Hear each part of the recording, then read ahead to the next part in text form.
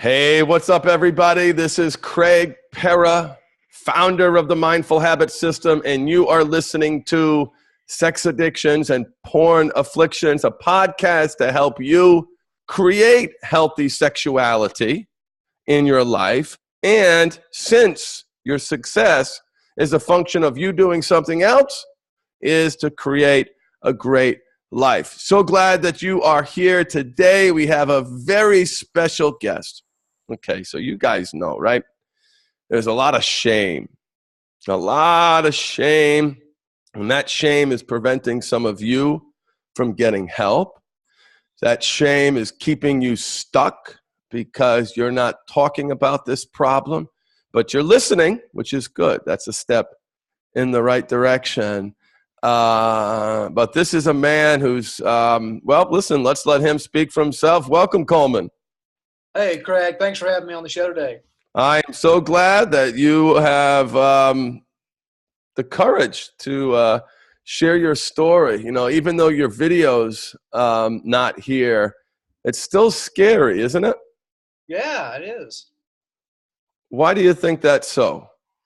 Well, I think that sex has become something that in our culture we just can't talk about it. It's not something that we talk about openly and honestly. And so when men or women struggle with an aspect of sexuality, having what is healthy sexuality, or they know they're experiencing some unhealthy sexuality, it's hard to bring it up because there's a lot of shame involved around it, because of the cultural impact of the way that we have pushed sex into a dark bedroom and told it to stay in there. So where did this shame come from with you in particular, Coleman? For me, I think for me, it comes from a place where sex wasn't talked about when I was a kid. It's not something that most parents have that much of a meaningful conversation with their kids about. I mean, we hear about the talk, right? Everybody gets the talk.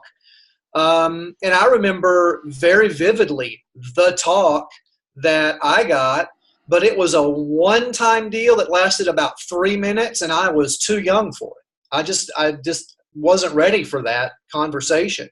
But when I hit the age that I was ready and I needed somebody to help me understand these emotions and these things that I was feeling, there was nobody to have that conversation with.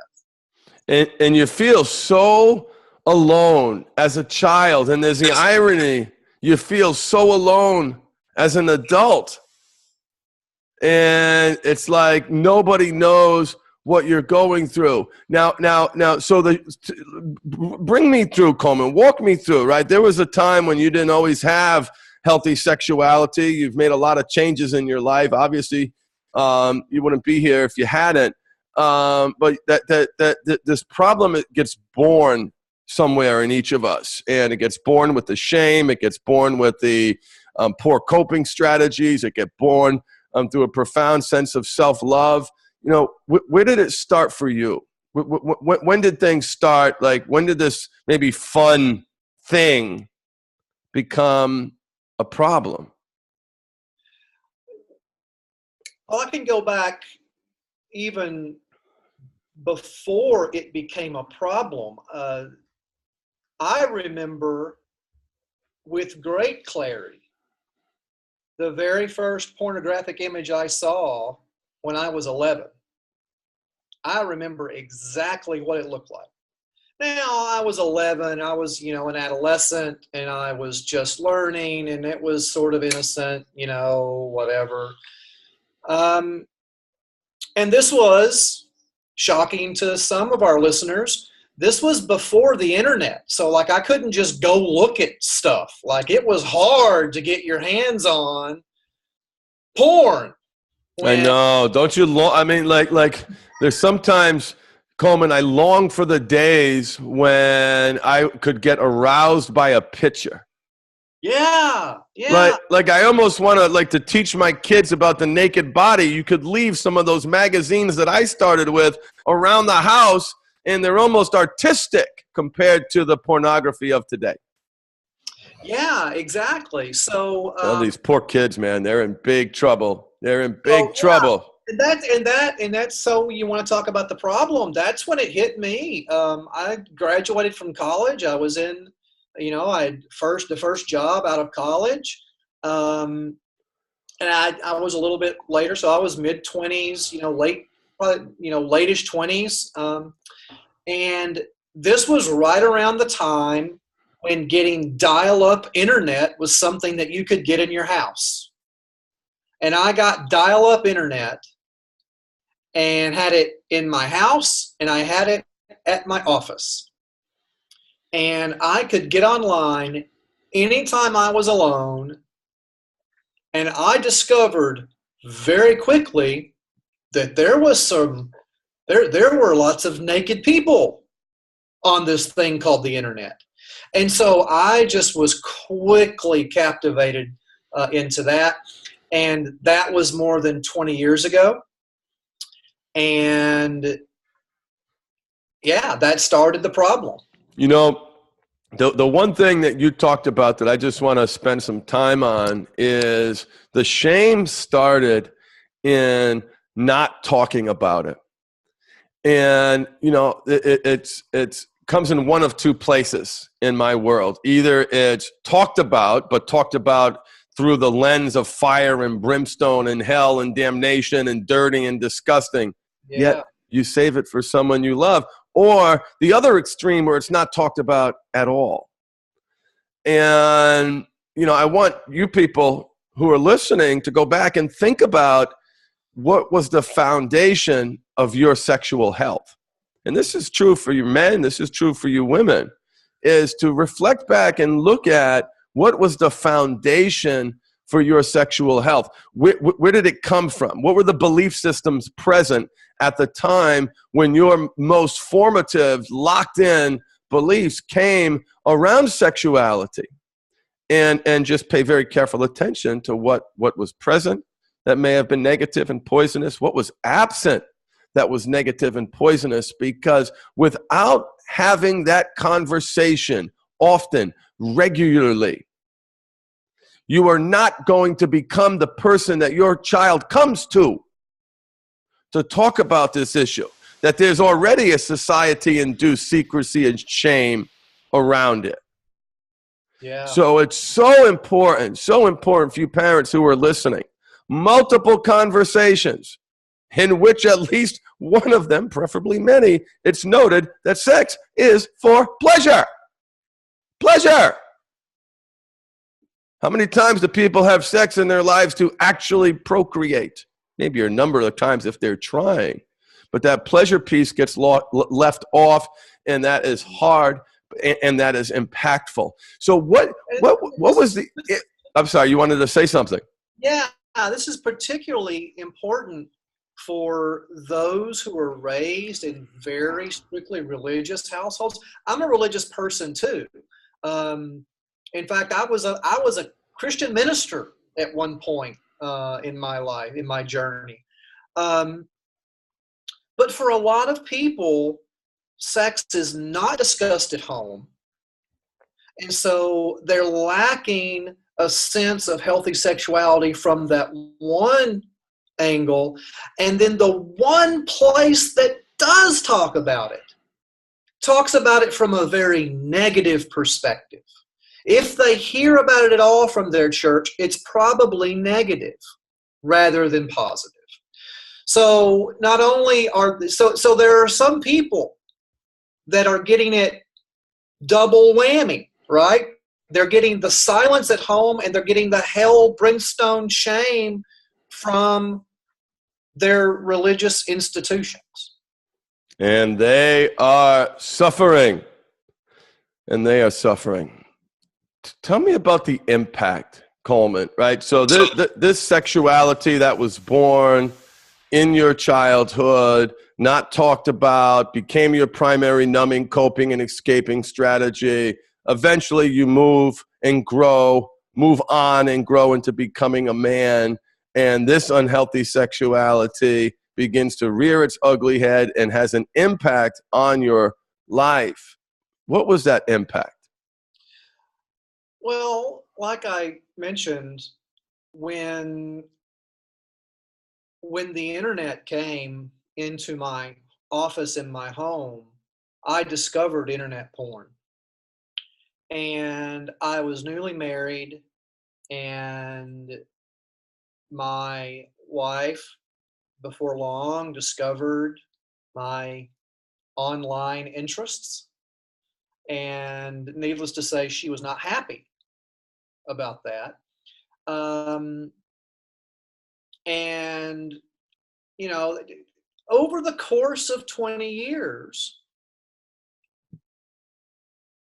there were multiple times when I would say, I'm going to stop doing this. I'm going to stop. And I might go 3 days or 4 days. I remember one time making it 60 days just on that sheer willpower. I'm not going to watch porn. I'm not going to do that. But it never lasted. It never lasted. And it kept being something that I'd go back to over and over and over again. And finally, my wife had enough and decided that it wasn't worth it anymore. So I'm now divorced. We had children together, and those relationships are strained. And that's very, very difficult to manage, particularly now that I'm on the other side of it, in a much more healthy place, but not able to fully repair those relationships like I'd like to. So it cost you your family. Yeah. Yeah. Yeah, I want you guys who are listening, kind of sitting on the fence, just take that in. Just take that in for a second. And just breathe. The cost to Coleman of his unhealthy sexuality was his family.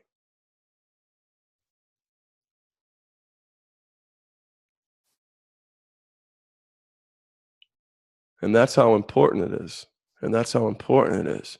Now, you found it inside you to create a new reality, to create healthy sexuality and come through. What did you do? What was the shift for you? What was the thing that finally, helped you get to, well, let's first start with where are you now? And then let's talk about how you got there.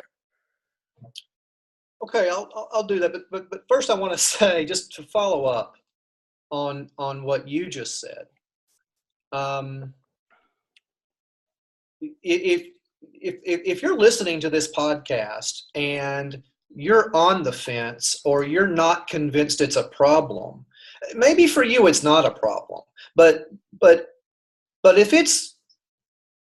you're hiding it from a spouse, if it's making you less productive at work, and if it's taking you away from time doing other things, it's a problem. And continuing to ignore that reality will eventually catch up with you. I didn't believe it. I never believed it. I never thought it would catch up with me, but it did. And it absolutely reframed my life. So what does that reframed life look like? Well, I'm in a much better place now, obviously. I, in fact, Tomorrow will be day 200 since I started keeping track of absolutely no porn. 200 days, longest I've made it in my life, period, since I started watching. Congratulations. So thanks. It's a big milestone for me, and I actually think that day 200 is the day that I had decided that's the day I'm going to stop counting, because I think I make it to 200 days. I think I don't need to count anymore for myself. At some point, I don't know. I just feel like I need to kind of move on from that. But anyway, I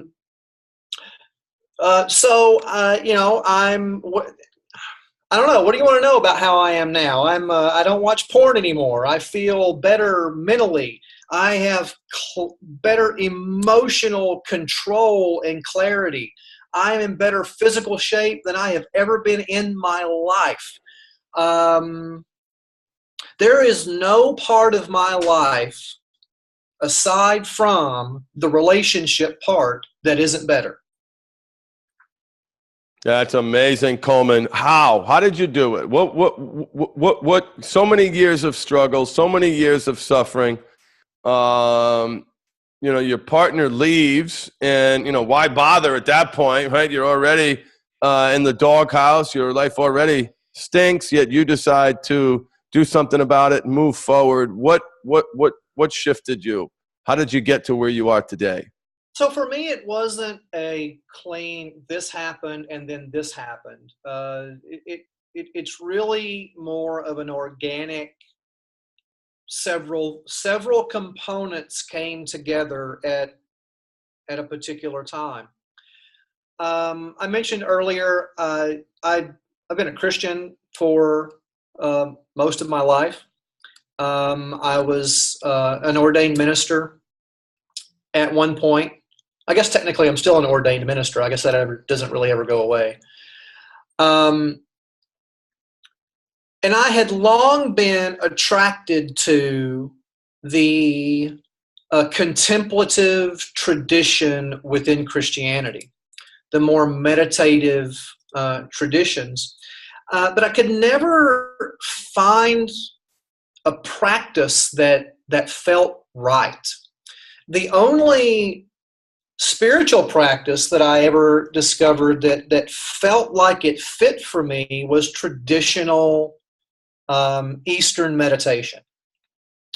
And so several years ago, I dabbled a little bit, and I started meditating.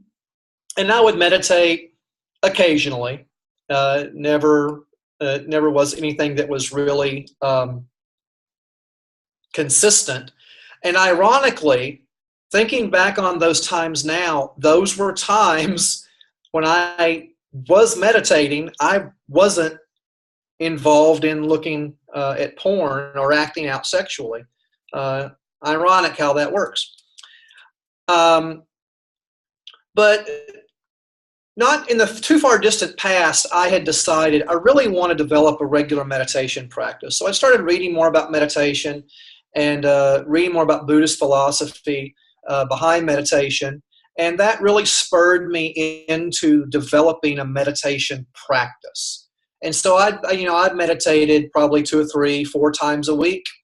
And that was something that I could tell was starting to help me feel better. But I still didn't have the edge that I feel like I have now. Then, of course, everything, my world imploded. And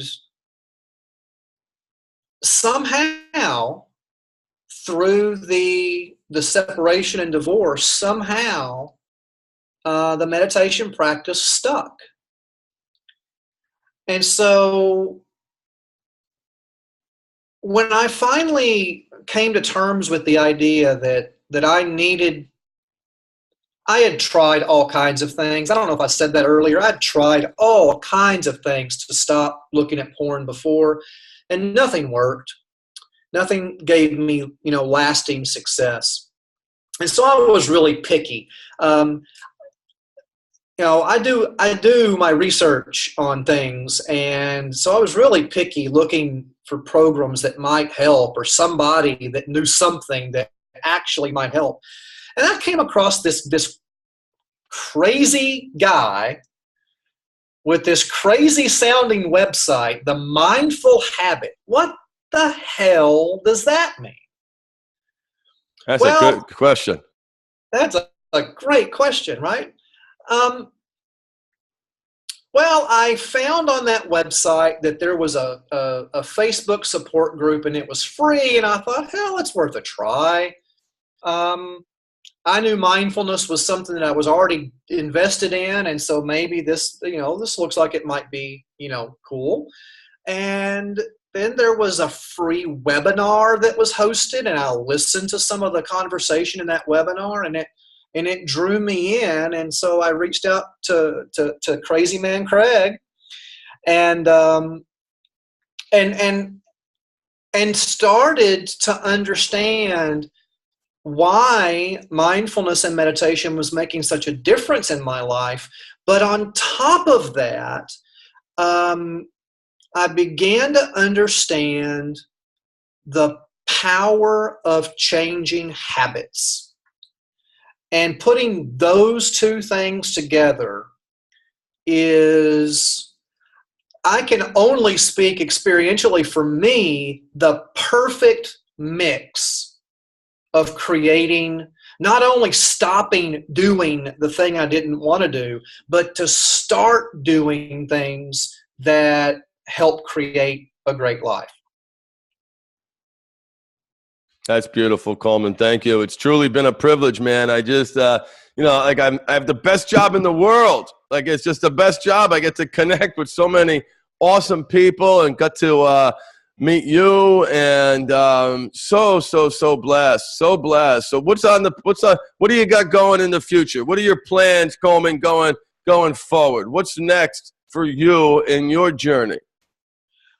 Well, before I get there, let me just say, because there may be some folks listening that don't quite get how in the world mindfulness and habit change can help with a porn problem.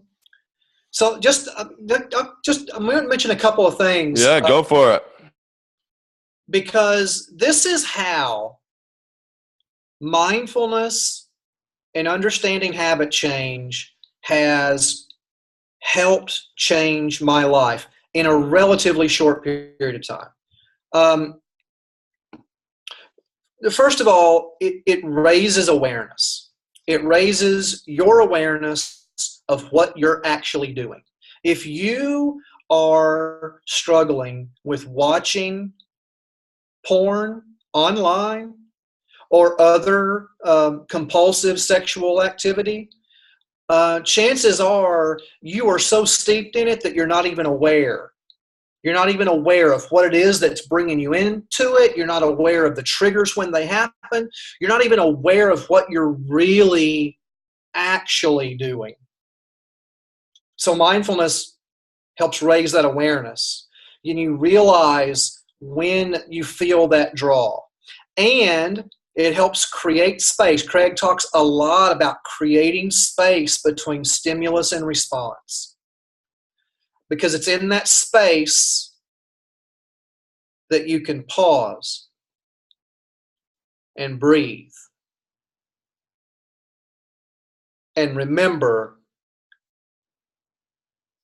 this is not the path I want to go down.